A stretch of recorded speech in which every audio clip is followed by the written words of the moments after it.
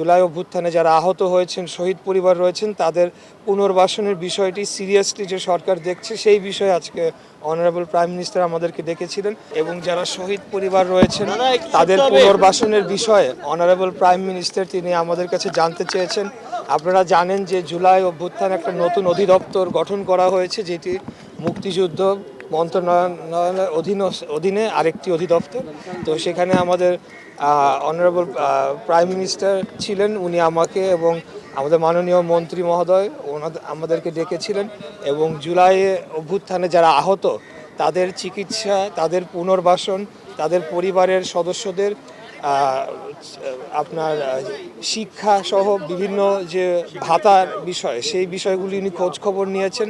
জুলাই ফাউন্ডেশনের অতীতের যে কার্যক্রম রয়েছে, আপনারা জানেন যে সেখানে একটা বড় অঙ্কের একটা ফান্ড সরকারের তরফ থেকে দেওয়া হয়েছিল। তো সেগুলা ঠিকমতো অ্যাপ্রোপ্রিয়েটলি ইউজ করা হয়েছে কিনা এই বিষয়গুলো জানতে চেয়েছেন এবং সামনের দিনে যে জুলাই অভ্যুত্থানে যারা আহত হয়েছেন, শহীদ পরিবার রয়েছেন, তাদের পুনর্বাসনের বিষয়টি সিরিয়াসলি যে সরকার দেখছে সেই বিষয়ে আজকে অনারেবল প্রাইম মিনিস্টার আমাদেরকে ডেকেছিলেন।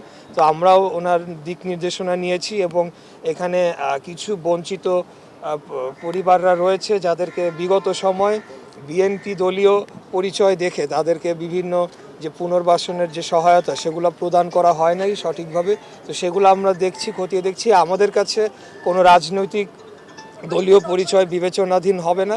যারাই আহত, যারাই শহীদ, যারাই বিগত এই আন্দোলনে তাদের আত্মত্যাগ করেছেন, তাদেরকে পুনর্বাসন করা, তাদের চিকিৎসা নিশ্চিত করা এবং শহীদ পরিবারদের পুনর্বাসন করা, তাদের যে প্রাপ্য ভাতা এগুলো যাতে সঠিকভাবে তারা পায় সেটি নিশ্চিত করার জন্য আমরা কাজ করে যাব। Thank you.